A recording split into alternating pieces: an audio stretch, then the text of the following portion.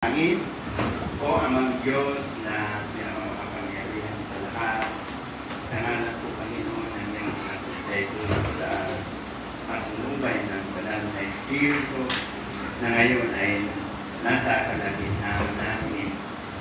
Hiling namin, Panginoon, na sa amin pong ikinig ng iyong salita nawa, Panginoon, ay amin putong may sa puso at maunawaan nang sa ganon, amin din naman itong may pahayag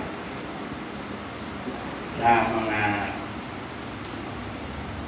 kapwa namin na nais na maligtas.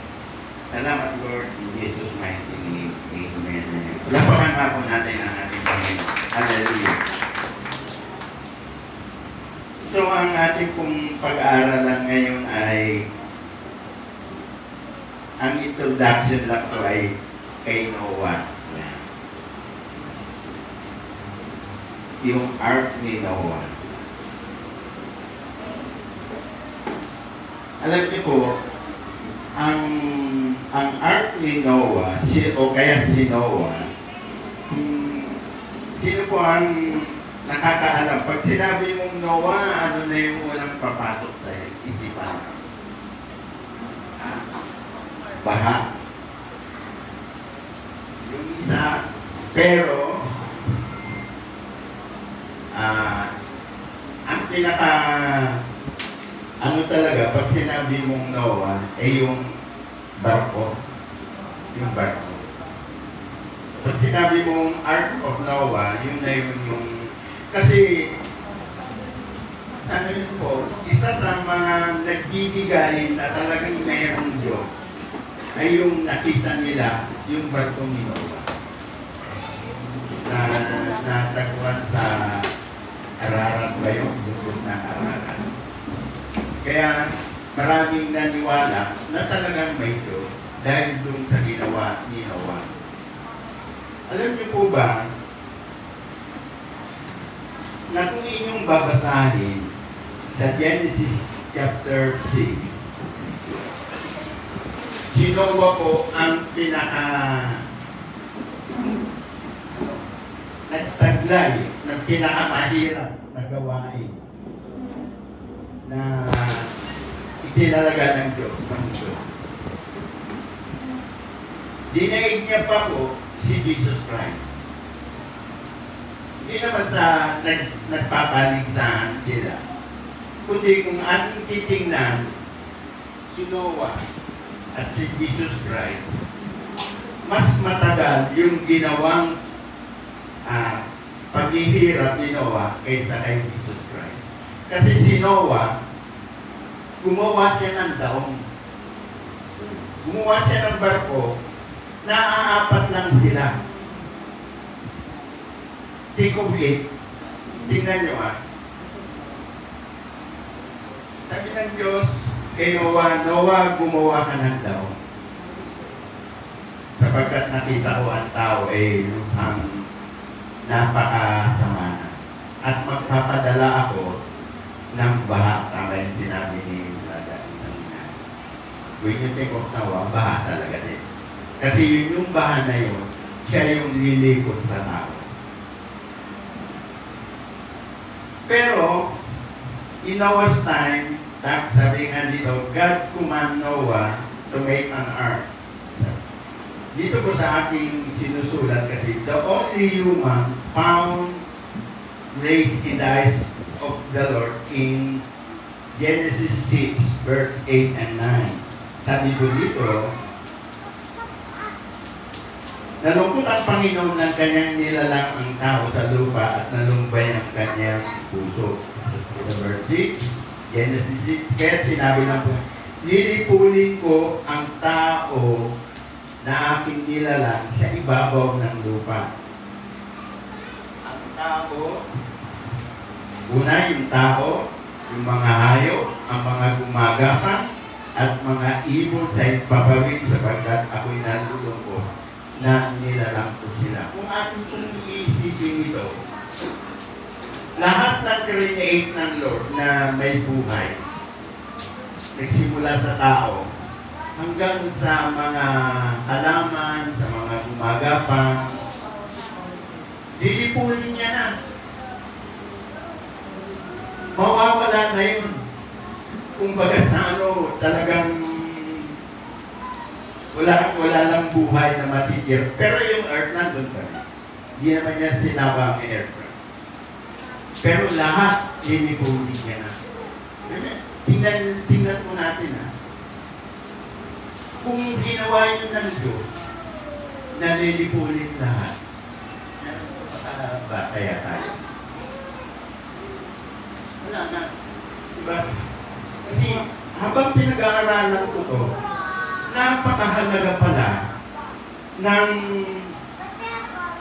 ni Noah. Napakahalaga pala ng kanyang parte sa ating kaligtasan. Kasi kung wala si Noah, wala na tayo. Kasi nilipulin eh. Sabi dito sa verse 7, 6-7, the Lord said, I will blot out men whom I have created. Yan ang created. From the face of the land. From men to animals and creeping things and to the birds in the sky for rhyme stories that I have made. Yan. Ganyan po ang mangyayari. Pero magpasalamat tayo kay Noah. Bakit? Kasi sabi dito, subalit si Noah ay nakatakbo ng biyaya sa paningin ng Panginoon. Ito po yung maganda kasi kay Noah.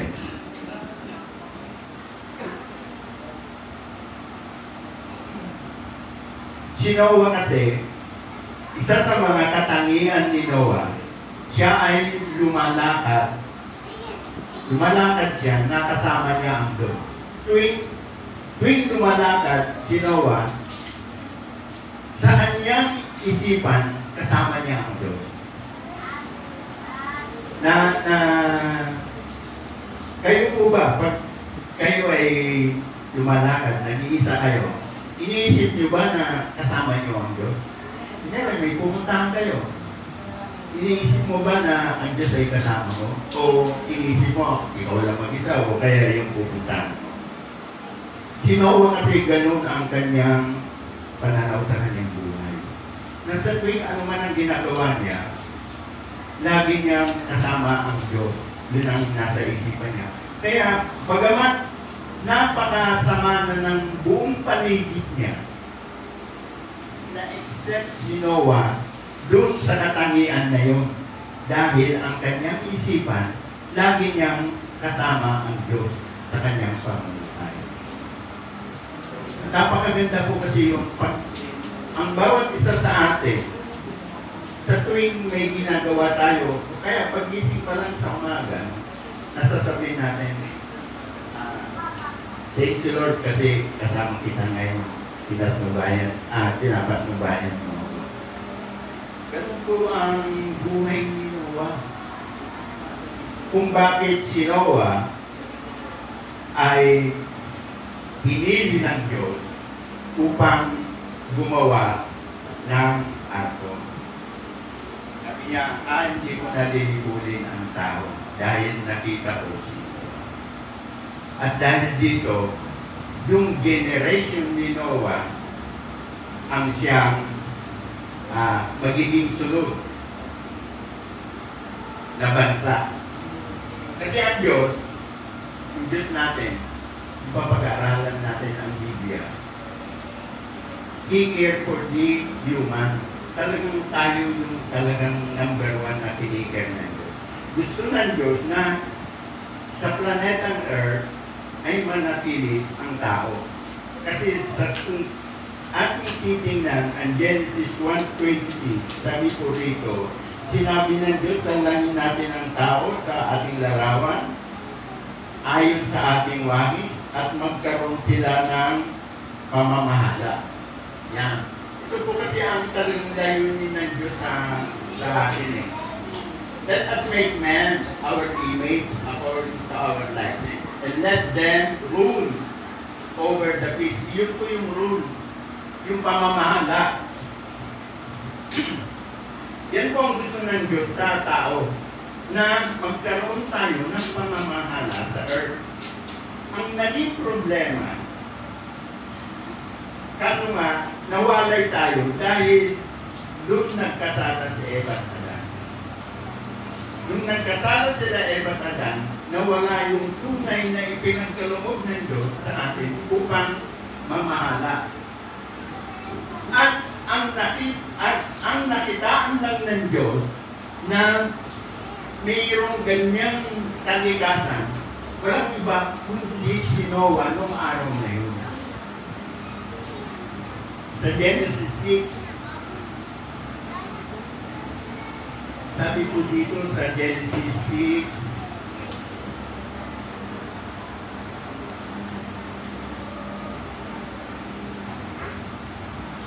yung kasama niya, ito ang mga lahi ni Noah. Si Noah ay lalaking matuwid at walang kapisatan noong kapanahunan niya.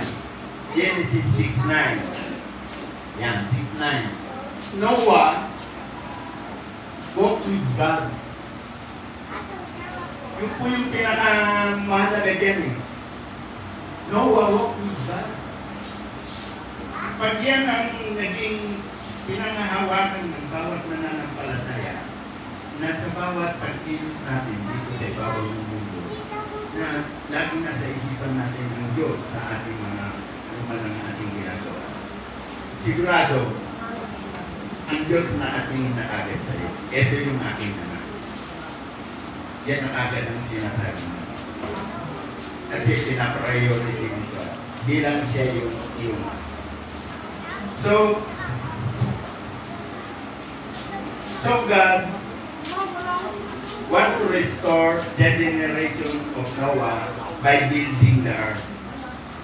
Alam niyo po ba kung bakit ko sinasabing si Noah ang pinakamagiting na propeta sa lahat ng propeta na tinanong ng ating Panginoon? Bakit? Kasi nung magsimulang paggawa ng Diyos yung daong 500 years na si Noah. 500 years na. At ito'y makikita natin sa Genesis 5:32. Yan. Genesis 5:32. Noah was 500 years old. 500 years old. Hindi, 500 years old si Noah nung ipinanak niya sila Sem, Ham, at Japhet. At dito rin, pinasimulan na ipinagawa ng Diyos si Noah ng arko. 500 taon siya. Ano? Natapos niya yung arko sa Genesis 7:6. Yan na. Sa Genesis 7:6. Oh. Now Noah was 600 years old.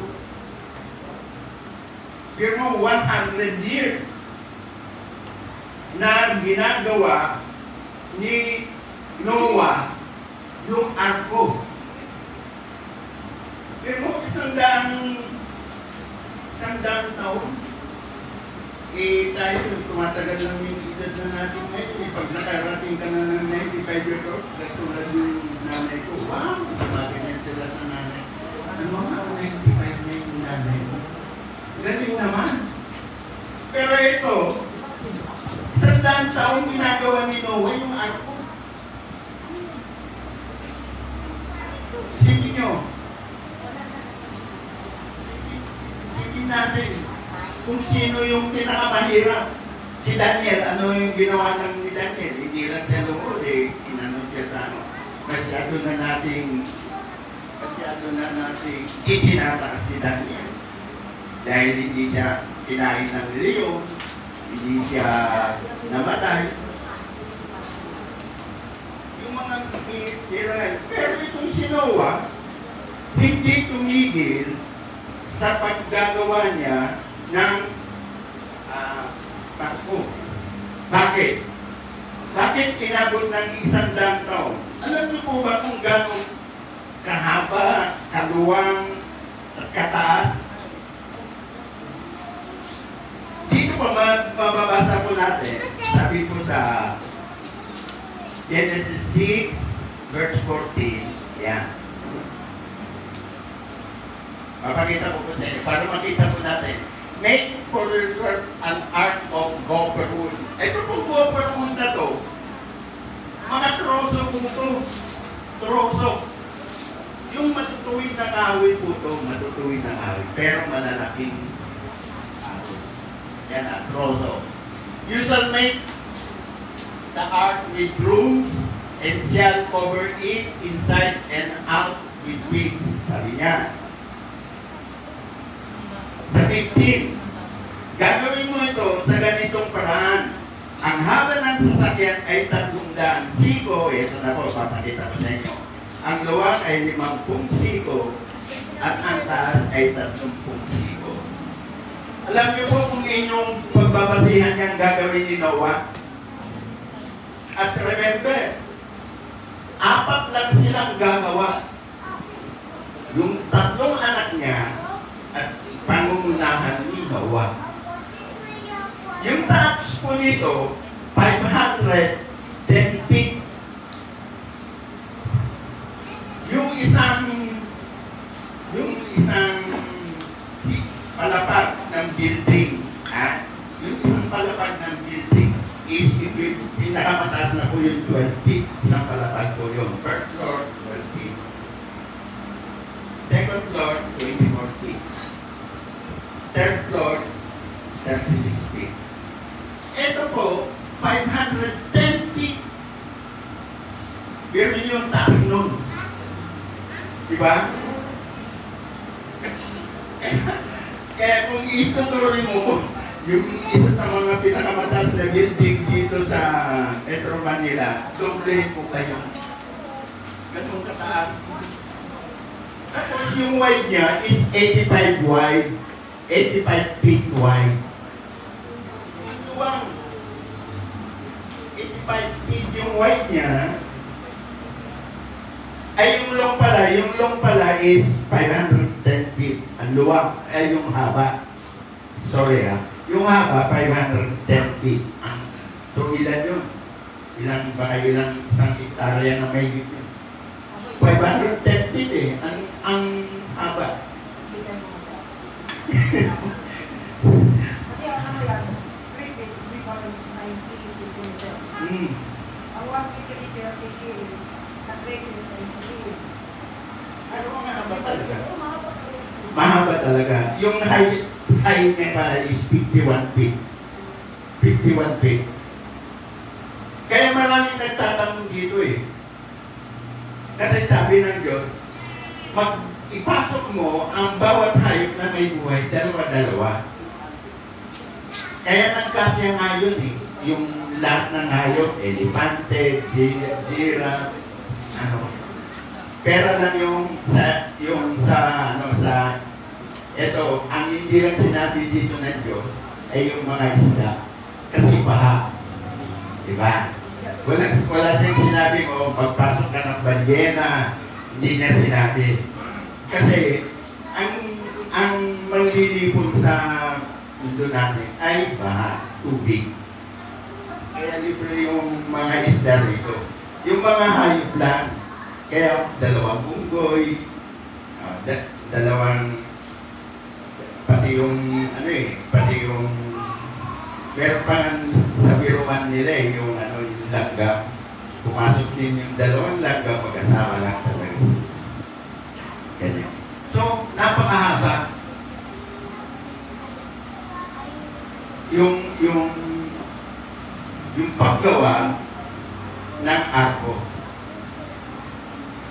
Alam niyo po, bilang isang mga ngaral,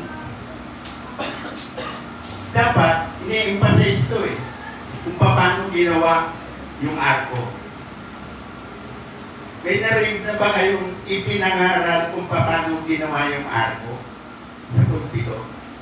Baka ngayon nyo lang nalaman kung paano yung ginawa yung arko. At ang tanging significance ng arko ay sinasabi, nagwa-warning yun para sa mga tao na habang ginagawa yun, the ark warning the people and preach the people for over 100 years to repent for the kingdom is near. Yun lang po ang significant ng arko habang ginagawa ni Noe. Sinasabi niya sa mga tao habang ginagawa niya, ginagawa ko itong arko na to, mag-repent na kayo. Dahil malapit na ang paghahari ng Diyos. Pag sinabi kasing paghahari, marami kasing ibig sabihin ng paghahari sa kingdom is near. Maring paghukom, mayroon nilipulin. Yun ang sinisignify 100 years na ipinipreach yung kingdom is near. For the kingdom of God is near. Repent, for the kingdom of God is near. Repent, for the kingdom of God is near. Pero, hindi ipinipreach kung paano ginagawa ni Noah yung barko. Hindi niya ipinipreach, basta ipinapahayag niya lang, habang ginagawa niya yung barko, na itong barko na to, magsisi na kayo dahil malapit na ang kahit. Yun lang ang pinipresent ng ating Panginoon na sinasabi ni Noah. So, bakit? In Genesis 6:5, sabi nga po rito, kasi nakita ng Panginoon na napakasama na ng tao. Dahil sa kasamaan ng tao. Dahil iisa lang yung magpapahayag, iisa lang yung magpapahayag na magsisi na kayo. Kaya ang ginawa ng Diyos, gumawa siya ng isang arko para makita sa lahat ng tao. Hindi mo gagawa na ng arko, hindi sa dagat, kundi sa bundok. Doon niya ginawa ito eh, dahil yung mga kahoy, bakit bundok? Dahil doon yung mga kahoy, palapit na rin. Kaya kitang-kita, nila si Noah habang ginagawa yung arko. At nagsasabi din siya, sabi nga daw ng mga iba, para daw si Noah daw ay isang nasisiraan na ng ulo. Kasi gumagawa ng barko na napakalaki. Kaya niya gagamitin. Pero ang maganda doon, nakikita lahat ng tao kung paano ginagawa ni Noah yung arko. Na bilang tanda na sinasabi din dito na magsisi na kayo for the kingdom of God. Dahil lahat sila masasama na eh. Ang talagang aim dito ng Lord na ang tao ay makapagsisi.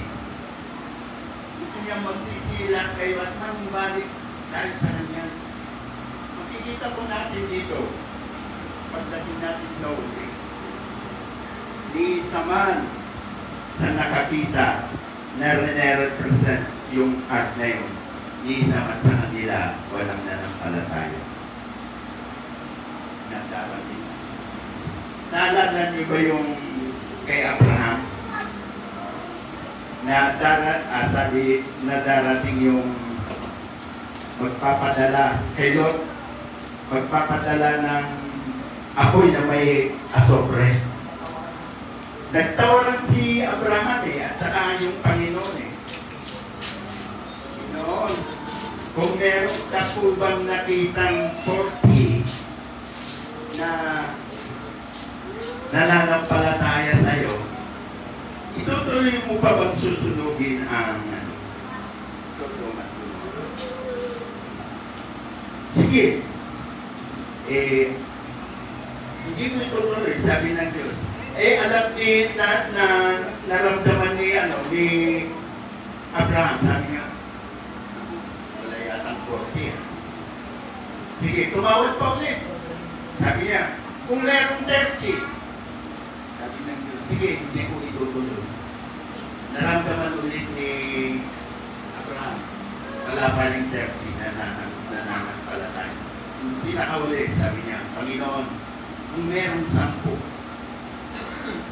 sabi ng Diyos, hindi ko pa rin itutuloy. Nalumbay na si Abraham. At ang sabi niya, Lot, sabi niya, isama mo na yung iyong buong pamilya at lumikas na kayo. Inaman niya na. Ligtas na sana eh. Ligtas na sana. Yung kanyang asawa, ligtas na sana eh. Sabi, huwag kang lilingon eh. Di ba? Eh, lumingon. Pero mo, at the last hour. At the last hour na ligtas ka na. Eh, lumingon. O, anong nangyari? Naging asin yung silog. Yung asawa nilo. Hindi pa rin nakaligtas. Di ba? Kaya yung ginagawa dito ng ating Diyos, ang totoo niyan, gusto niya ang bawat kanyang nilalang ay maligtas. Kaya binibigyan niya lahat tayo ng pagkakataon. Kaya binibigyan niya lahat tayo ng bagay na dapat nating panampalatayan. Dapat manampalatayan. Katulad ng ating Panginoon. Yun na. Pero ang sinasabi ko lang kasi dito, pag pinag-aaralan natin ang kay Noah, si Noah po talaga ang naghirap ng gusto sa lahat ng propeta. Ang ating Panginoon, 3 years lang siyang naghirap dito sa lupa. Sabi niya, na i-permit niya ang kingdom. Sabi niya, repent for the kingdom of God. Repent for the kingdom of God. Then, sabi niya sa mga disciple niya, meaning niya, alam nyo, ako ay mamamatay. Huwag kayo mabahala. Kasi after 3 days, mabubuhay po nila. Ang kay Jesus lang, ang ginagawa ni Jesus, hindi na punta rito, nagpahayag lang ng repent for the kingdom of God here. Sa 4:7, di ba? Sabi niya sa Matthew 4:7, repent for the kingdom of God. Pero si Noah, hindi. Talagang nandun yung paghihirap niya, ginagawa niya yung barko.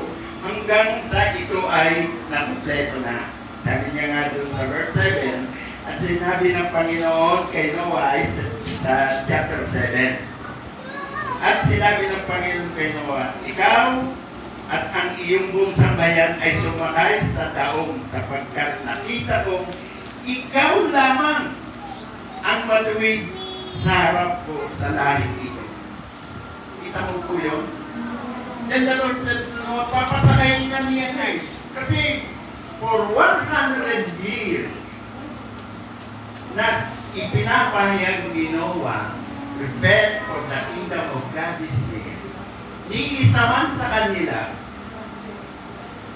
walang nanampalataya. Kaya nga sabi dito, then the Lord said to Noah, enter the ark, you and all your household, for you alone. Sinin mo rin po yun. For 100 years, una, 500 ang taon ni Noah. Nakita ng Diyos, kung 500 years na si Noah, nakita ng Diyos, napakasama na ng lahat. 500 years pa lang si Noah na. So, bumilang. 10 years, 20 years, 30 years, 40 years, 50 years, 80 years, 100 years, wala ni isa man na nakita ng Diyos, hindi si Noah lang. 600 100 years na si Noah, nung papasukin ng Diyos, si Noah dun sa dahon. You know? Then the Lord said to Noah, enter the ark. You and all your household, for you alone I have seen to be the righteous before me in this time. Sige po, no? Sige po natin.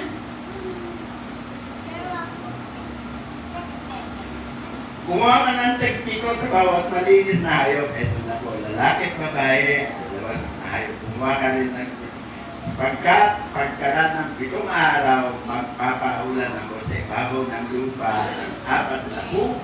Tingnan niyo kung ilang years at kung ilang days yung baha. Sapagkat pagkaraan ng 7 araw sa 7/4, magpapaulan ako sa ibabaw ng lupa ng 40 araw at 40 gabi. Aking pupuksain ang lahat ng may buhay na aking nilikha sa balat ng lupa. At ginawa ni Noe ang ayon sa lahat ng inutos sa kanya ng Panginoon. Si Noe, sa tingnan niyo po, si Noe sa chapter 7 verse 6, lagay mo. Ayan, 6. Chapter 7 verse 6. Si Noe ay 600 taon nang amba ng tubig ay dumating sa lupa. Sumakay si Noe sa daong at ang kanyang asawa, mga anak, ang kanyang asawa at ang mga asawa ay upang umiwas sa tubig. Sa mga hayop na malinis at sa mga hayop sa verse 8 na hindi malinis ay 2-2. Pagkaraan ng 7 araw, ang tubig ng baha ay umapaw sa tubig. Verse 11, sa ika-6 taon ng buhay ni Noe, sa ika-17 araw ng 2 buwan ng araw na umapaw ang buwan sa langit. Okay, verse 12, umulan sa ibabaw ng lupa sa loob ng 40 araw at 40 gabi. Nang araw din yun, pumatok na si Noe sa daon. At sila sa bawat kailap na hayop. Verse 15, sila ay sumakay sa daon kasama si Noe. 16, ang mga sumakay ay lalaki at babae. Tumagal, ito na po. Tumagal ang baha ng 40 araw sa ibabaw ng lupa. Dito nyo. 40 days. Tayo nga. 1 linggo lang eh. Wala na. Patay na ang ikinom niya. 40 days na ang makikita mo sa ibabaw ng lupa, tubig lahat. Kaya lahat ng mga ilang nakaligtas ay yung mga nasa daon. Yan. Okay. Yan po si Noah. Ginawa ito ng Diyos dahil yung generation ni Noah ulit, doon manggagaling, doon po tayo ulit ngayon nanggaling. Dahil kung hindi dahil kay Noah, wala po tayo. Pero ang talagang pinipreserve ng Lord, yung kanyang nilalang, yung tao, tayo, pinipreserve niya talaga. Kumanap pa rin siya ng isang tao na talagang mapagkakatiwalaan, na lumalakad ayon sa kanyang kalooban. At nakita niya nga si Noah. At dahil doon, sabi ni Noah, sabi niya kay Noah, alam niyo po kung bakit gumawa ng daong ang Diyos? Para bigyan pa rin ng pagkakataon yung mga tao na magsisi. Yun po yung talagang aim niya rito eh. Pwede namang gumawa ang Diyos ng, kasi ang Diyos ay talagang maibig siya eh. Pwede kagad siyang gumawa ng daong. Pero isipin nyo, bakit inabot pa ng 100 years? Bakit niya ginawang 100 years para matapos yung daon. Oo. Kasi gusto ng Diyos na makapagsisipat sila. Gusto ng Diyos na yung kanyang mga, kasi nililikhan niya tayo eh. Wala naman ibang tayo, yung nanay natin, yung lolo natin, instrumento lang sila. Brother Arnel, ang Diyos pa rin ang gumawa niya. In-instrumento niya lang yung kanyang mga magulang para maging tao na. Kaya mahal ng Diyos ang tao. Yun po yung katotohanan niya. At dahil nga doon, gustong manatili hanggang ngayon, hanggang sa dumating ang ating Panginoong Kristo, na masama pa rin ang pasama. Yung nga kanina pinagkwentuhan namin ni yung bakit ang LA sobrang sulong ang nangyari. May nakita ko dun sa Facebook, ewan ko kung totoo yung sa isang session ko na ganyan. Tama ba yun? Na siguro nakita niyo yun na rating, yung ratings na ganyan, may 3 ratings doon. Yung isa, 4 ang ratings na binigay. Tapos yung ikalawa, 2. Pagdating sa Diyos, ang rating 0. Pero galing ang nagsasalita nun sa Amerika. Oh, di ba? Tapos pinangalandakan nila yung pagiging 0 ng ating Panginoon. O, ginawang 0. Sabi ko, talagang gagawin ko na ito sa Amerika kung gano'n ang ginawa nila. Kasi hindi nila alam na lahat ng ginagawa natin, Diyos ang talagang may gawa rin. Kaya mas bigyan natin ng mataas na pao. Nakita ko yung sunog sa LA, yung pinapakita sa Facebook, hindi ba? Hindi sana lalaki yun eh. Kaya lang tumulong yung hangin. Ang lakas ng hangin talaga. Pero mo, saan yung may sunog, doon yung malakas ang hangin. Hindi talagang gustong i-wipe out. Kaya na ko itong itong Noah na ito eh. Kaya pumasok ko sa aking isipan.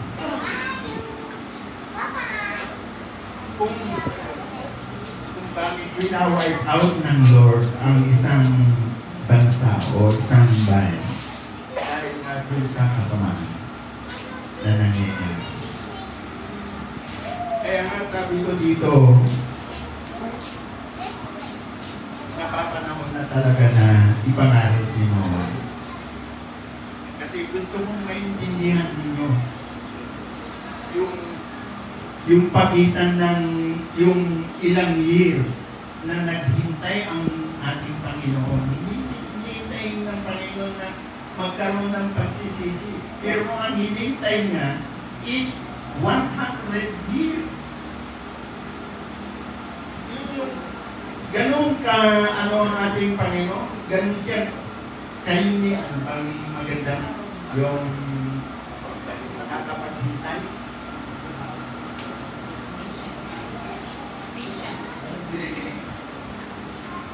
Kaya nga sabi ko sa mga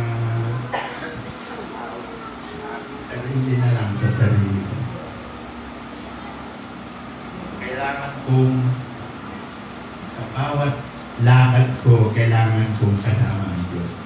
Kasi hindi mo sa aking isipan na sinabi sa 6 verse 9, sabi dito sa Genesis 6 verse 9, si Noe ay lumalakad na kasama ng Diyos. Kahit na ito lang ang gusto kong maiwan sa inyo. Maiwan. Noah walked with God. Siya lang sa dami ng tao, ang pinipili pala ng Diyos ay yung lumalakad yung isang tao na kasama niya.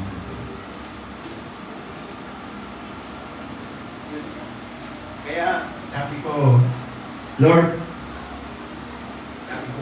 sabi ko kanina umaga ng Bisaya, Lord, simulan ko po yung aking mensahe kay Noah. Wala akong makitang itatitle dito. Pero alam niyo po ang pinakita sa akin ng Lord, sabi niya, kwento mo lang yung ginawa. Gumawa ka ng kwento na ayon sa iyong pag-aaral. At yun po yung aking nakita. Nakita ko dito, pipiliin ka pa lang ng Diyos pag kasama mo na lumalakad. Pag lumalakad ka, kasama mo. At nakita ko talagang pang araw-araw kong biyahe. Ito nga ngayon itong nakaraang week, naging very busy ako. Ito nga, nasiraan yung aming sasakyan. Natanggal yung propeller sa ilalim. Alam niyo po ang tendency ng truck, natuloy pa naman kami konti. Pag natanggal yung propeller mo sa ilalim, maaring yung sasakyan namin tumukot pagkatapos bumaliktad. Alam niyo po ang nangyari na ano yun nung marinig ko na yun, naunti-unti ko na siyang nailagay sa tabi. Ito testimony ko. Unti-unti ko na siyang pagkatapos naisip ko, may mga magtutawin sa amin. Ngayon, nasiraan ka na, magbabayad ka pa ng 2,000. 2,000 ka pa magbabayad. So sabi ko sa aking keto, Kel, dumating na yung 2 portion. Boss, ano bang nangyari niya? Wala po, ano lang to. Pero nakita ko na talagang grabe na yung nangyari sa akin. Kel, talian natin. Kailangan may uwi natin. So, sa madaling sabi, naiuwi ko yung sasakyan na smooth. Alam niyo po ba kung bakit malakas ang loob ko, parang hindi ako pinabahan, bagamat nakita ko yung kasi sa tuwing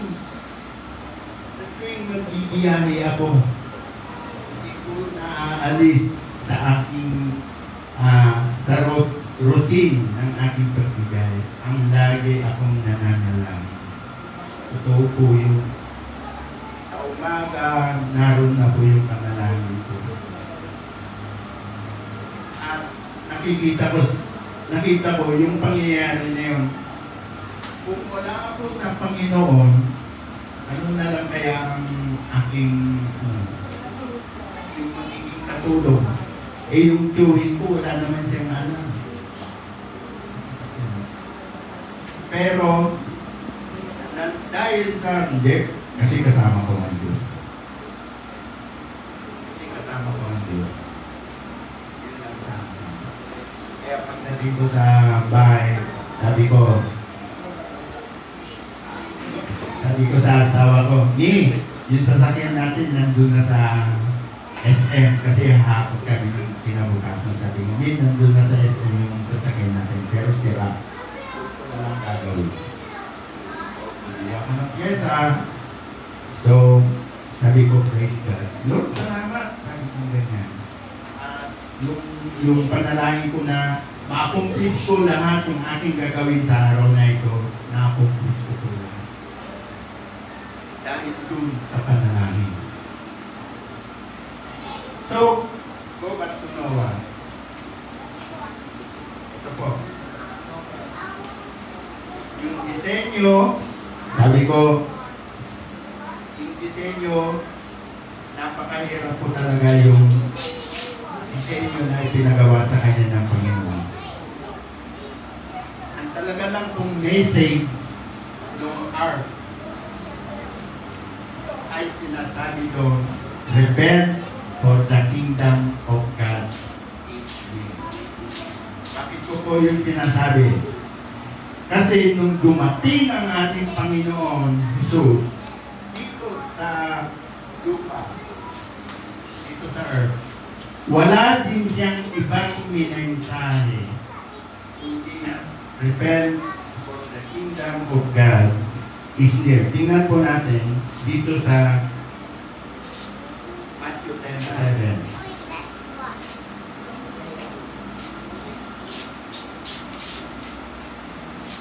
Yeah. And as you go, preach, saying, the kingdom of heaven is at hand. Yung is at hand, kung titingnan niyo po yan sa Hebrew word, ang ibig po sabihin niya is near. Kung ano po yung minensahe ng ni Noah nung sa kapanahunan niya, yan din po yung minemensahe ng ating Panginoon. Sa Matthew 4:7,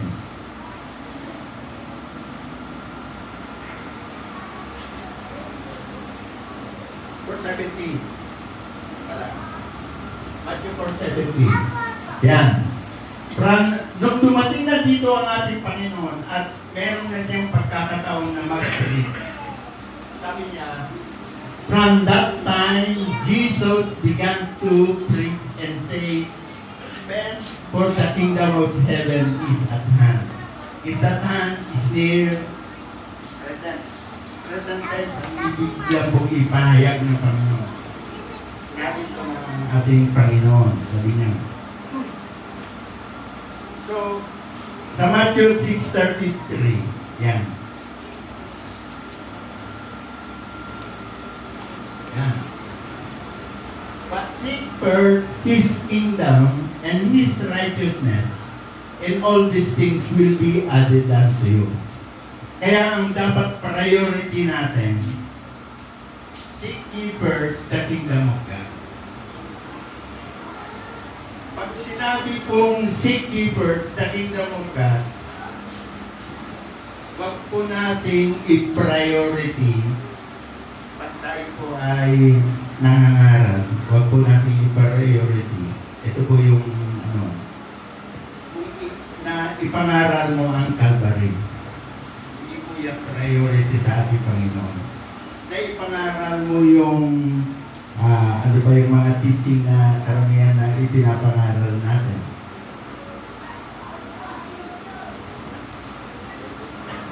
Calvary, the blood, yung pagkapako niya sa krus. Kasi karamihan po ng pinipreach natin, Calvary, the blood, prosperity, sickness, healing. Bakit po po ito sinasabi sa inyo? Yung pong mga bagay na yon ay importante. Importante sa buhay na ginawa ng Diyos. Parang katulad po nung sinasabi ko sa inyo, hindi po i-claim doon sa Bible kung paano ginawa yung ark. Hindi po nila pinipilit, ganito yung ginawa ni Noah sa arko. Yung paghihirap niya ganito. Kundi ipinapahiwatig niya lang yung mag-repent ang bawat isa. Sana naunawaan niyo yung aking sinasabi.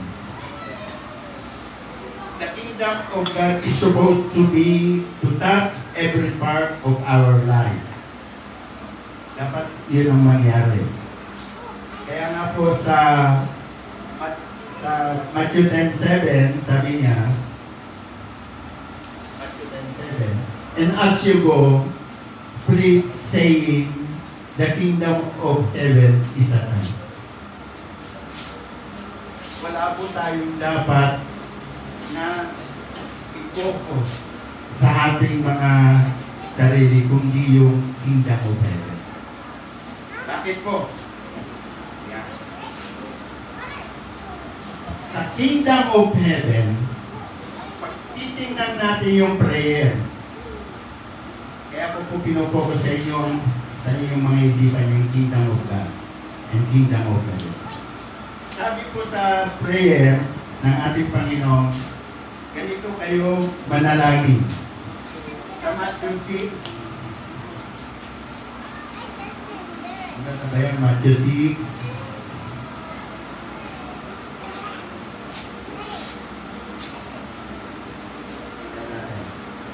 bakit kailangan po natin sa kingdom, ang kingdom of heaven?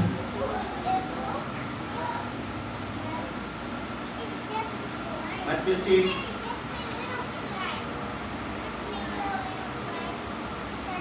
Matthew 6, 6:9. Matthew 6:9.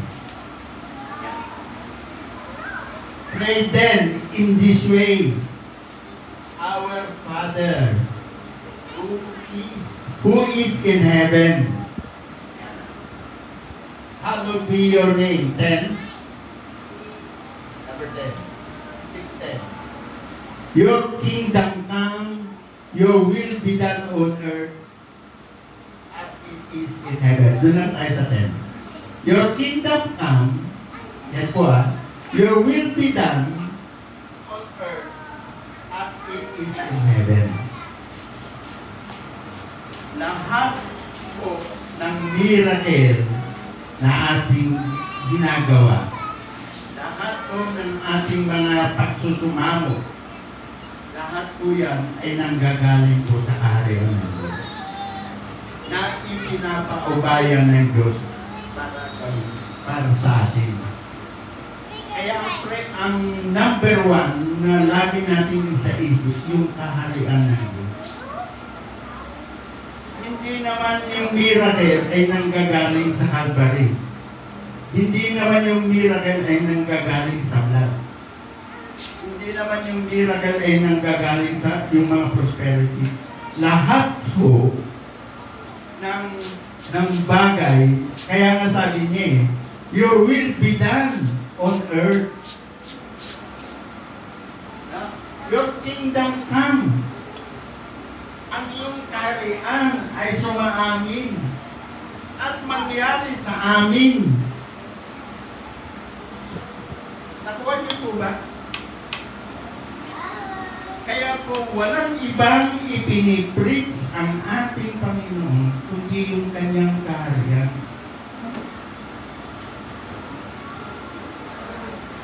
Hindi ko po sinasabi na yung mga bagay-bagay na naririnig nyo sa ibang Christian, hindi mabuti.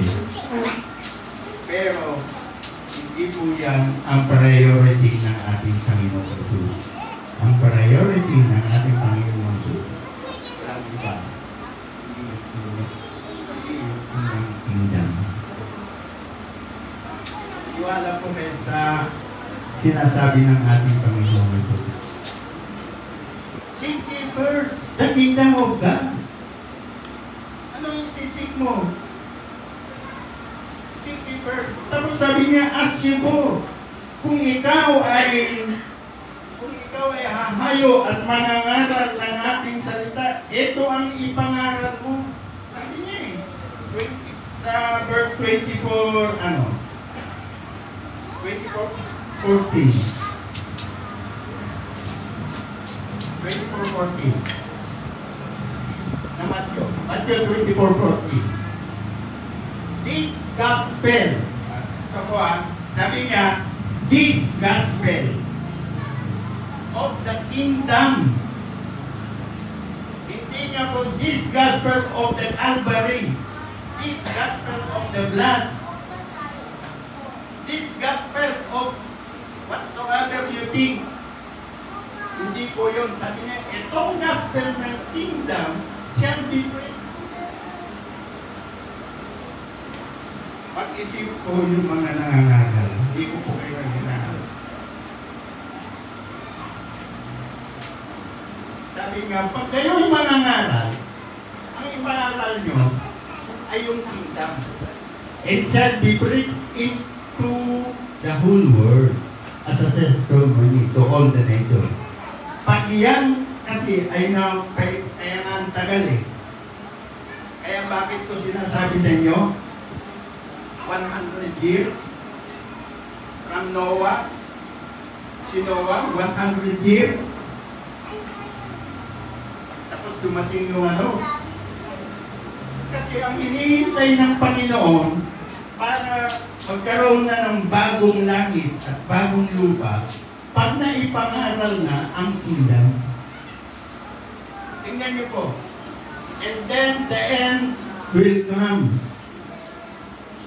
Alam natin kung kailan darating ang katapusan ng mundo, pero hindi natin alam kung anong oras, kung anong araw. Pero alam natin, kailan mangyayari yung katapusan ng mundo. Brother Benji, the gospel of the kingdom will shall be preached in the whole world as a testimony to all the nations. And then, sabi niya, and then they will come. Pag naipangaral sa ninyo, yan ang ibig sabihin niyan eh. 24:14.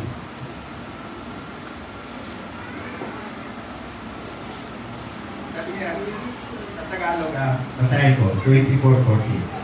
Sabi niya, at ang magandang balita ito ng kaharian ay ipapahayag sa buong daigdig bilang patotoo sa lahat ng mga bansa. At pagkatapos ay darating ang wakas. Kasi hindi po gano'n natin iniintindi. Kailan lang darating ang wakas? Pag naipangaral na, yung kaharian na ito. Kaso po, ang pinapangaral ko ngayon ng mga ibang nangangaral, hindi po yung kaharian na ito. Never po kayong makarinig ng pangaral ng isang Christian tungkol sa kaharian na ito.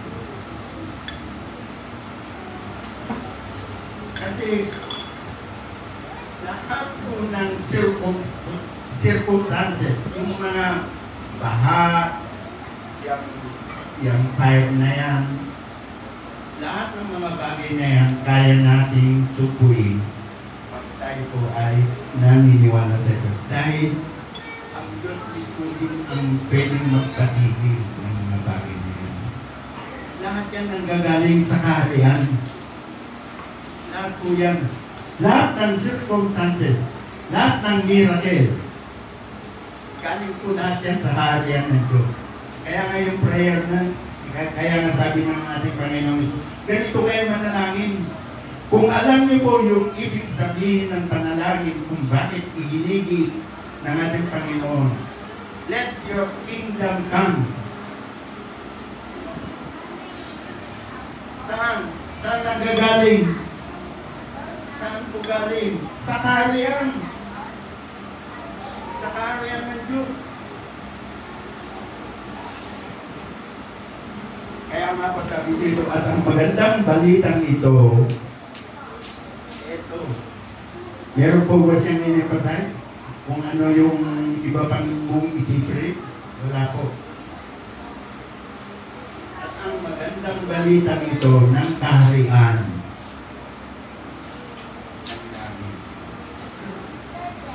Marami pa ba tayong pag-aaralan dito? Kaya lang, inipasay ko lang to.